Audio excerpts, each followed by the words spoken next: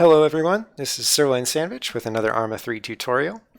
In this video we're going to be going over the Onslaught modules that come with the S.O.G Prairie Fire CDLC.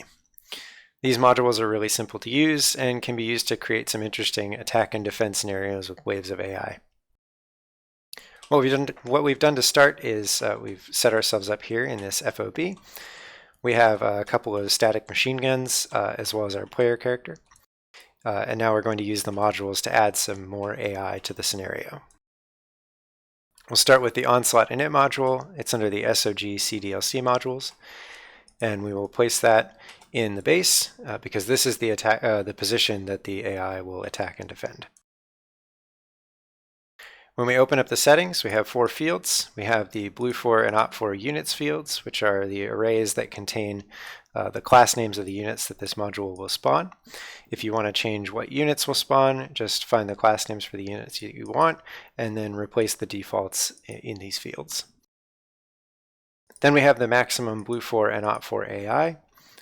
This controls the maximum number of AI that are spawned by this individual Onslaught init module. So if you have more than one, they will each spawn their maximum number of AI. So just make sure that you're not spawning too many AI and bogging down your system.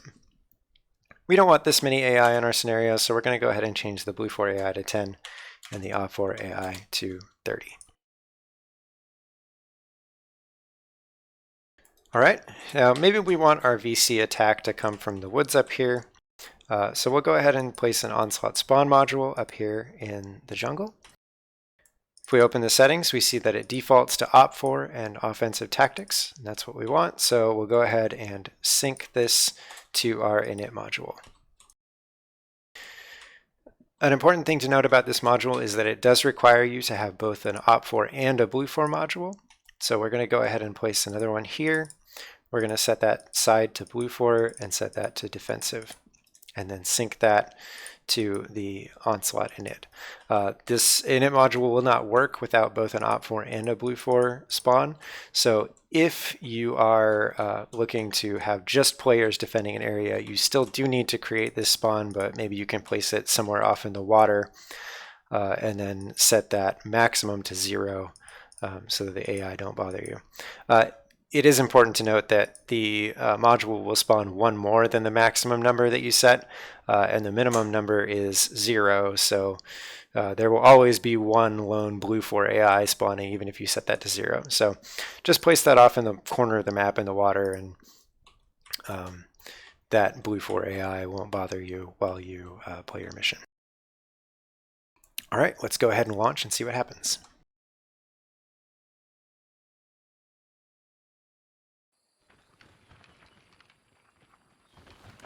All right, so we've got a group of blue4 AI here. We're going to go ahead and open up Zeus and see what's happening.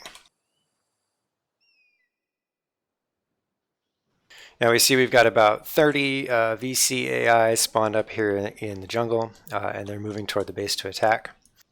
One thing that's important to note about this is that the way that ARMA handles AI is that tactics are calculated at the group level. So having 30 individual groups of AI, of a single AI, is more taxing than just having maybe 3 groups of 10 AI. So keep that in mind when you're using these modules, because this is a little bit more resource intensive than just having groups of AI attacking. Now this is cool, but maybe we don't want just a trail of AI attacking from one location. So let's go ahead and place some more modules to make this a little bit more natural.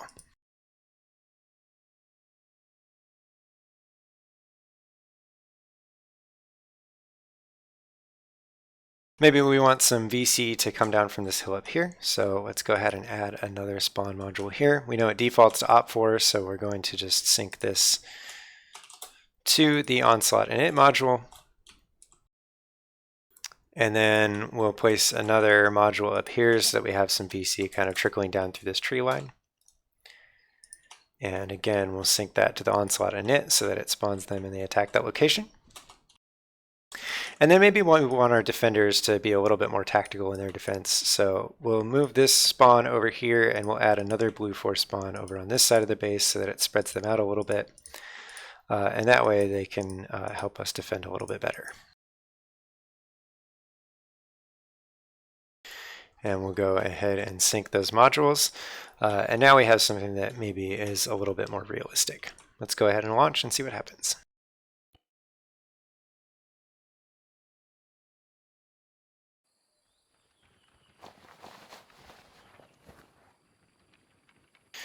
All right, we'll open up Zeus. So now we can see that there's some AI that have spawned over here, and there's some other AI that have spawned over here, and they're kind of spreading out to defend this area. We have a group of AI that spawned up here at this spawn location, a larger group that spawned over here at this location, and then a third group that's spawned over here. So these modules appear to spawn kind of unevenly. It's random whether or not it will choose to spawn them all kind of evenly at each place, or in this case, whether you'll get a kind of a small group over here and then a larger group here, and then another group over here. So this adds a nice bit of randomness to your mission, so it's not always the same. You're not always getting mobbed from the same location with a trickle from another. Now, as the AI are killed in this mission, the module will continue to spawn more AI. So there's a never-ending onslaught of AI, hence the name.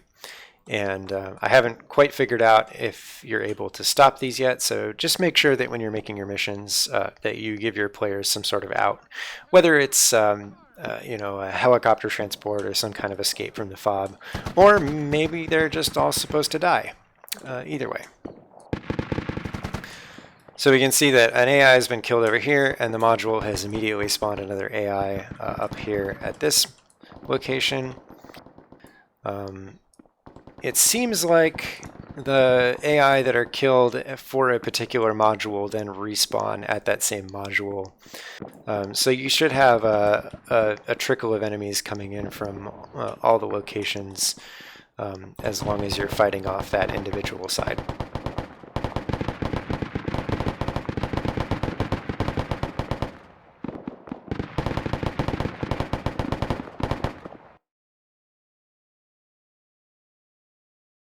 All right, and that's it. You can see these are relatively simple to use. I'm sure that some of you will come up with some very creative ways to use these.